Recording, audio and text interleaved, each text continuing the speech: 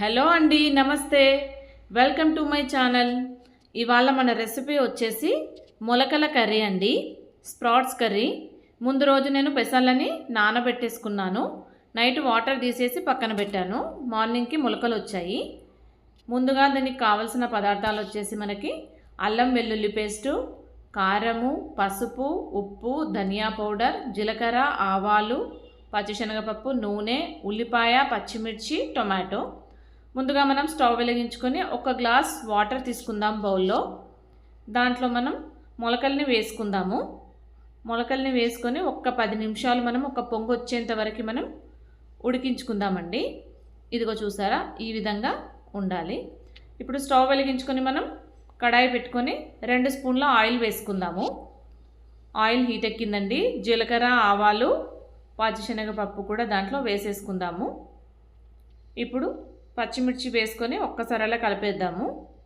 అలాగే ఉల్లిపాయ ముక్కల్ని కూడా వేసేద్దామండి. వీటి రెండింటిని ఒక్కసారి అలా కలుపుకుందాము. ఇవి కొంచెం మగ్గుతున్నాయి. ఇప్పుడు దీంట్లో ఒక 1/2 టీ స్పూన్ పసుపుని యాడ్ చేసుకుందాం మనము. అలాగే కొద్దిగా అల్లం వెల్లుల్లి పేస్ట్ కూడా వేసుకొని ఒకసారి కలుపుకుందాము. దీంట్లోకి ఇప్పుడు టమాటా ముక్కల్ని కూడా వేసుకొని మొత్తంగా ఒకసారి కలుపుకుందామండి. టమాటా ముక్కలు మనకు మగ్గిపోవాలి కాబట్టి మనం ఉప్పు ఇప్పుడే వేసేసుకుందాం. దీంట్లో నేను ఇప్పుడు ఒక 2 చెంచాల ఉప్పు దీంట్లో వేస్తున్నాను. టమాటా ముక్కలన్నీ మగ్గేలోపు మనం ఇంతకుముందు ఉడికించి చల్లార్చి పెట్టుకున్నాం కదా, మొలకల్ని మిక్సీ జార్లో వేసుకుందాము. ఇవి చాలా పేస్టులా కాకుండా కొంచెం కచ్చాపచ్చాగా ఈ విధంగా చేసుకోవాలి. నేను మొత్తం మొలకల్ని వేసుకోలేదు, కొన్ని మొలకల్ని పక్కకు అట్లాగే పెట్టేశాను. కొన్నింటిని మాత్రమే తీసుకొని నేను కచ్చాపచ్చాగా మిక్సీకి వేసానండి. ఇదిగో చూసారా, ఈ విధంగా వేసుకొని మనం పక్కకు పెట్టుకుందాము. టమాటా మగ్గిపోయిందండి మనకి.